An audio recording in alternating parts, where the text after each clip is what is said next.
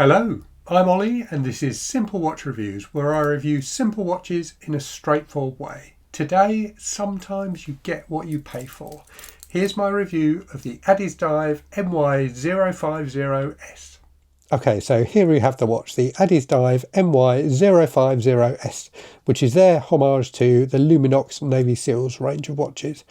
And it's one of those watches where the price is so appealing that it's hard to resist. I paid £15 for this watch, including shipping, which is just insanely cheap.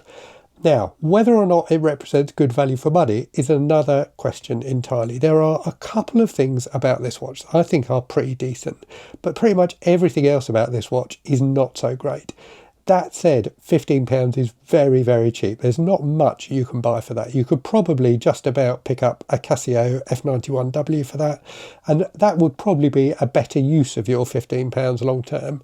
But this watch definitely has an appeal. I can see why people would want to buy it for £15. So let me go through the specs quickly first, and then I'll tell you what I like about the watch and what I don't like about the watch. So, spec-wise, it's 44mm in diameter, it's about 46 lug to lug, 22mm lug width, and it's quite thick. It's over 15mm thick.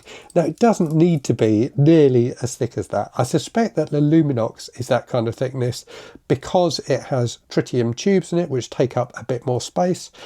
So those are tubes of like luminous material that glow all of the time, rather than like the Lume on most watches where they only glow after you've shone a light on them.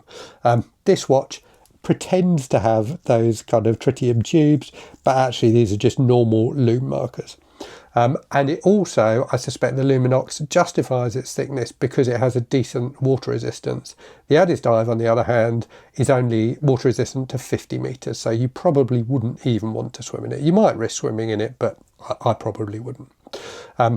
So those are the specs. It's got mineral crystal, so it is glass rather than plastic, so mineral crystal, and it's got, as you can see, sticky away there, a quartz movement inside. I'm not sure what the quartz movement is, but it seems to be working fine. Okay, those are the specs. Let me tell you then what I think is good about this watch, and that is two things. Firstly, the lume actually isn't bad. I'll put some footage of it after I've shone my UV torch on it. You can see it glows reasonably well.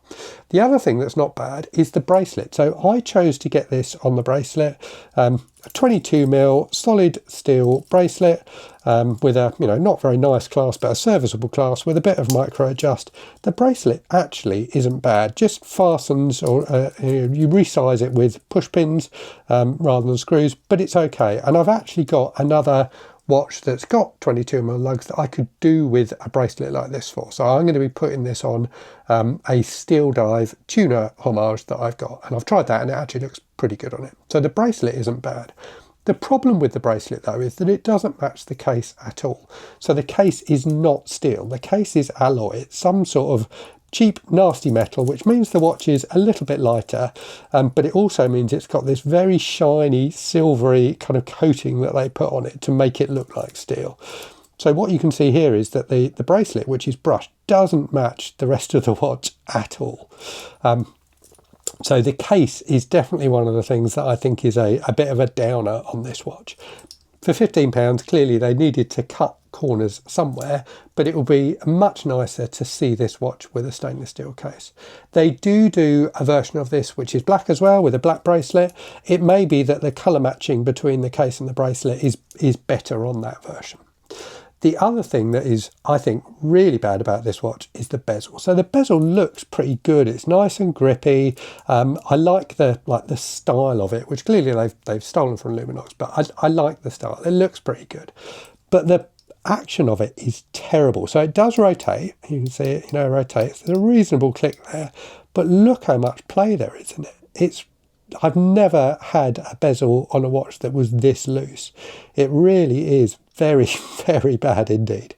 The crown also is not great, so it doesn't screw down. It's like a kind of horrible black kind of plasticky colour, and it just feels really, really sloppy. You can set the, you can set the time with it and things like that, okay, but it doesn't inspire confidence at all, the crown. So yeah, but really that bezel action is the really truly terrible thing about this watch. I don't know if I just got a duff one, but it wobbles all over the place. But if you can look past those flaws, the £15 price point is hard to beat. And I can certainly see how some people might want to buy this as a beater that they just don't have to worry too much about. And on a NATO strap, it doesn't look too bad at all. I can see myself using it like this as a beater that I just really don't have to care about. And even on my pretty small 6¼ inch wrist, it wears fairly well. The alloy case means it's a bit lighter than it would be otherwise, and the NATO makes it a lot more comfortable than that metal bracelet. So those are my thoughts on this Addiesdive. I think it probably is worth the £15 that they charge for it. Whether you want to buy it or not is another matter entirely. Anyway, thanks very much for watching today, and do please consider subscribing for more simple watch reviews.